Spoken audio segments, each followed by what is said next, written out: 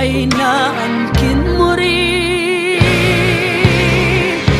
Habang dito ako nagdurusa, ikaw na may napapakasaya sa mga bagay na dapat sa akin hindi na maibabalik muli. Ngunit pa